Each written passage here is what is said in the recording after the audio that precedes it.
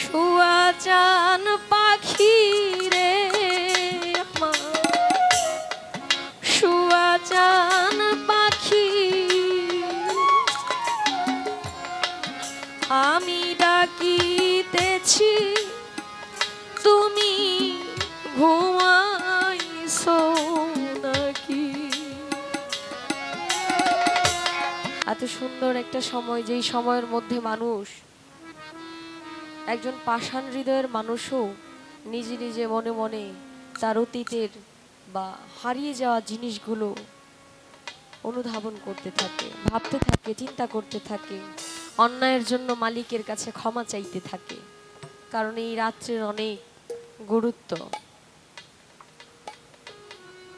গান শুনলাম ভাবুক কবি বিজয় সরকারের একটি গান, আমার পোষা পাখি উড়ে যাবে সজনী আমি ভাবি নাই আগে। এই পৃথিবীর মধ্যে প্রত্যেকটা মানুষেরই কিছু না কিছু হারানোর যন্ত্রণা থাকে, বেদনা থাকে। প্রত্যেকটা মানুষই কিছু না কিছু হারিয়েছে। দুনিয়াতে অনেক কিছু হারিয়ে গেলেও এমন কিছু জিনিস থাকে যে জিনিসগুলো হারিয়ে গেলে আর ফিরে পাওয়া সম্ভব না। সেখানে অনুতপ্ত হওয়া ছাড়া আর কিছুই থাকে না। একটা গান হঠাৎ করে মনে হইল, এই গানটা শুনে আমাদের নেত্রকোনা বাঁশচাপড়ার রশিদ উদ্দিন সাহেব, যিনি মালজুরা গান সৃষ্টি করেছেন সর্বপ্রথম, আব্দুল করিম সাহেব, ওকিল মুন্সি সাহেব, ওনাদের উস্তাদ যিনি। কষ্ট হইতেছে বাবা? আচ্ছা, অনুমতি নিয়ে 2 মিনিট একটু কথা বলি বাবা। সারা রাত্র তো কথা বলি নাই, একটু 2 মিনিট সময় আমাকে একটু দেন, আপনাদের কাছে ভিক্ষা চাইতেছি। রশিদ উদ্দিন সাহেব নেত্রকোনা বাঁশচাপড়া থেকে ময়মনসিংহ গৌরীপুর রাজবাড়িতে তার একটা অনুষ্ঠান ছিল। অনেক বছর আগের কথা, প্রায় 100 বছরের উপরে হবে। ওনার যে জীবনী লেখা হয়েছে, ফিলোসফি লেখা হয়েছে, ওনার যে বইয়ের মধ্যে কিছু লেখা আছে, ওনার একটা গানের বই বের হয়েছে। তো ওই বইয়ের মধ্যে এই কথাগুলো লেখা। আমি একদিন ওনার দরবারে যাওয়ার পর একটা বই আমাকে উপহার দেয়, ওই বইয়ের মধ্যে এই কথাগুলো পেয়েছি। যখন উনি গৌরীপুর গান করতে যান রাজবাড়িতে, ওনার সাথে ওনার বিপক্ষে, ওনাকে ঠকানোর জন্য, ওনাকে হারানোর জন্য ওনার বিপরীতে প্রায় 18 জন শিল্পী ছিল। উনি তত্ত্ববিদ্যা সম্বন্ধে খুব ভালো জানতেন আর কি। হঠাৎ করে 3 দিন পর্যন্ত গান চলে। আগে কিন্তু একদিন গান হইতো, পালা গান, যদি তর্ক বিতর্ক চলতে থাকতো পরের দিন দিনেও গান হইতো, রাত্রেও গান হইতো, এরকম হইতো না বাবা? এটা আমি পাই নাই। তো ওইভাবে 3 দিন গান হওয়ার পর হঠাৎ করে একজন শিল্পী রশিদ উদ্দিন সাহেবকে এমন একটা প্রশ্ন করলো, যেই প্রশ্নের জবাব মঞ্চে দেওয়া উচিত না। আল্লাহ পাক অনেক কিছু সৃষ্টি করেছে। মাওলা আলীকে বলেছিল যে আমি তোমাকে 2 রকম এলেম শিক্ষা দিয়ে যাচ্ছি। এক রকম এলেম তুমি মানুষের সামনে প্রকাশ করতে পারবা, আরেক রকম এলেম তুমি মানুষের সামনে প্রকাশ করলে তোমার শিরুচ্ছেদ করা হবে। ঠিক তেমনি ভাবে কিছু কথা বাউলদের মধ্যে থাকে। বাউল যারা, আমরা বাবা বাউলের নাম বিক্রি করে খাই, আমরা বাউল না। নাম বিক্রি করে খাওয়াই এক বিষয়, আর বাউল হওয়াই আরেক বিষয়। ওনাকে এমন একটা প্রশ্ন করলেন, যেই প্রশ্নের জবাব উনি দিতে ইচ্ছুক হইলেন না। তখন দর্শক শ্রোতা, যখন আমরা পালা গান করি, একজন পাশের শিল্পী যখন প্রশ্ন করে, আমরা কিন্তু চেষ্টা করি নিজে জিতার জন্য, করি না? এটা আপনাদের এই মঞ্চে কিন্তু আমি পালা গান করে গেছি, মনে আছে আপনাদের? আচ্ছা, প্রশ্নে তর্ক বিতর্ক করতে যায়, কে বড় হবে সেই চিন্তা কিন্তু মাথায় থাকে। দর্শক বলতেছে, আপনি যদি এই প্রশ্নের জবাব না দেন, 3 দিন পর্যন্ত যে আপনি গান করলেন, আপনার স্বীকার করতে হবে আপনি হেরে গেছেন। যখন এই কথা বলল, তখন উনি বললেন, আমি এই জবাব দিতে পারি একটা শর্তে। কি শর্ত? আমি এই প্রশ্নের জবাব মানে উত্তর দেওয়ার পর আমি যদি অসুস্থ হয়ে যাই, তবে আমাকে এই কাজ করলে আমি সুস্থ হয়ে যাব। কি কাজ? রশিদ উদ্দিন সাহেব ওনার সাথে যে সহযোগী সহযোদ্ধা যারা ছিল তাদেরকে বলল, আমি যদি এই জবাব দিয়ে বেহুশ হয়ে যাই, আমাকে একটা দম দিয়ে একটা ঘটির মধ্যে থেকে, পুকুর থেকে এক ঘটি পানি আইনা আমার চোখে মুখে ছিটায় দিলে আমি সুস্থ হয়ে যাব ইনশাআল্লাহ। যখন প্রশ্নের জবাব দিল, প্রশ্নের জবাব দিতে দেরি হয়েছে, উনি বেহুশ হইতে দেরি হয় নাই, উনি মঞ্চে পড়ে গেছে। সঙ্গে সঙ্গে ওনার সহচরীরা পুকুরের পার যাওয়ার পর এক ঘটি পানি আইনা যখন তার মুখে ছিটায় দিল, তখন সে সুস্থ হয়ে যায়। নেত্রকোনা থেকে 22 চাপড়া থেকে গৌরীপুর অনেক দূরের রাস্তা, তখন গাড়ি চলতো না বাবা, চিঠির জামানা ছিল, হাইটা যাইতে হইতো। তখন তার বাড়ি থেকে খবর গেল, অনেকক্ষণ পর গান শুরু হয়ে গেছে, গান গাইতেছে, বাড়ি থেকে খবর আসলো রশিদ উদ্দিন সাহেবের একমাত্র ছেলে, বড় ছেলে, সে পানিতে পড়ে পুকুরের মধ্যে মারা গেছে এবং লাশটা ভেসে উঠছে। যখন সে এটা শুনতে পারলো, তখন তো আর গাড়ি নাই, কিভাবে আসবে? তখন তার সকল যন্ত্রপাতি নিয়ে সে হাইটাই রওনা করলো। আইসা দেখে সকালবেলা তার বাড়িতে উঠানের সামনে যেই কলিজার ধন, যেই সন্তান বাড়িতে আসার সঙ্গে সঙ্গে বলতো, বাবা আমার জন্য কি নিয়ে আসছো, আমার জন্য কি নিয়ে আসছো, আমার জন্য কি এটা নিয়ে আসছো কিনা। যার বাবা আছে, যার মা আছে, সেই কেবল বোঝে। আমি যখন এই মঞ্চে বসি তখন দেখি আমার সাথে যে ছেলেটা অক্টোপেড বাজায়, নাম হলো রাজীব, ও একটা ছোট পুতুল কিনে নিয়ে আসছে। ওর একটা মেয়ে আছে, এই মেয়ের জন্য বাবা আছে বিধায় কিন্তু পুতুলটা কিনে ফেলছে। যদি কারো বাবা এখানে না থাকতো তাহলে সে কিন্তু বুঝতে পারতো না যে আসলে বাবা না থাকলে কেমন লাগে। ওই যে খাটিয়ার উপরে ছেলেটাকে শোয়া রাখছে, সাধক যারা, বাউল যারা, তারা কিন্তু আমাদের মতো সাধারণ মানুষের মতো কান্না করে না, তারা সুরের মধ্যে তাদের আবেগ প্রকাশ করে। ছেলেটা শুয়ে আছে আর বাবা সুরে সুরে বলতেছে, শুয়া চান পাখি রে শুয়া চান পাখি, আমি ডাকিতেছি তুমি ঘুমাইছো নাকি, আমি ডাকিতেছি তুমি ঘুমাইছো নাকি, শুয়া চান পাখি রে আমার, শুয়া চান পাখি, আমি ডাকিতেছি তুমি ঘুমাইছো নাকি,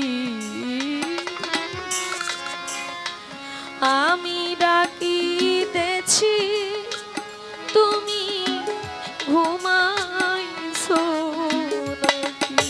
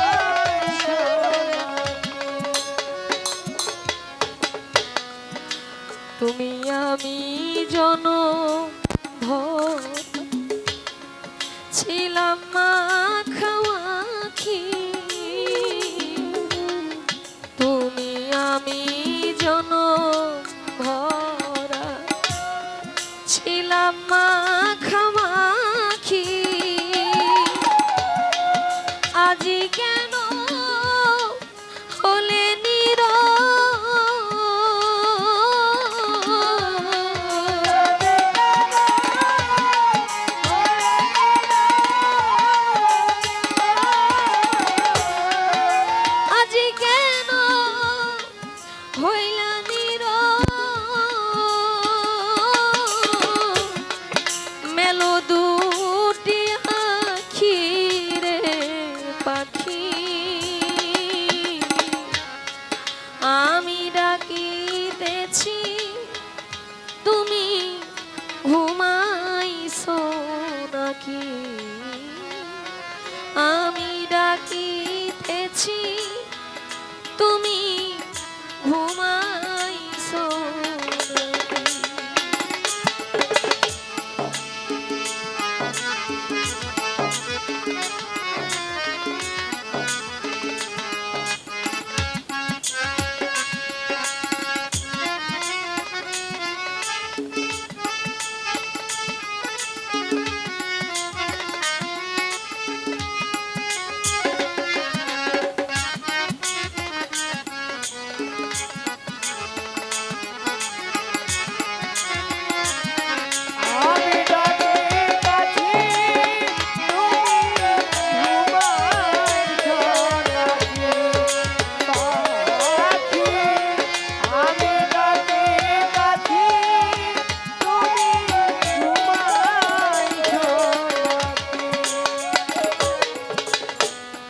বুলবুলি আর তোতা ময়না কত নামে ডাকি তোরে বুলবুলি আর তোতা ময়না কত নামে ডাকি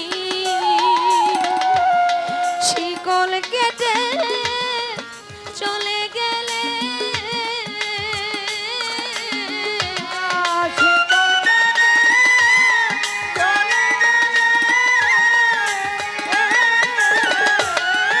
শিকল কেটে চলে গেলে আমি কারে লইয়া থাকি রে পাখি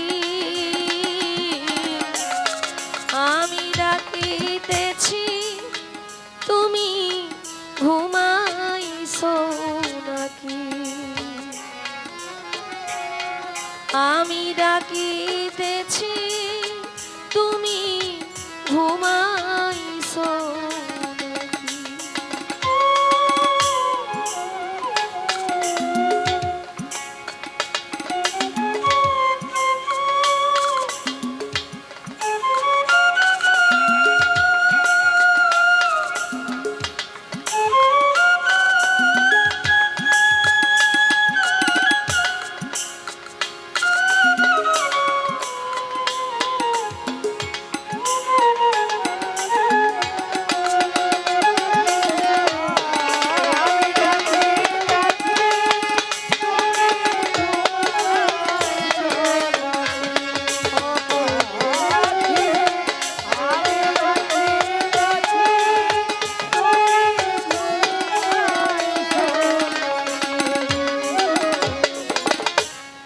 তোমার আমার এই পীড়িতি চন্দ্র সূর্য সাক্ষী তোমার আমার এই পীড়িতি চন্দ্র সূর্য সাক্ষী হঠাৎ করে চলে গেলে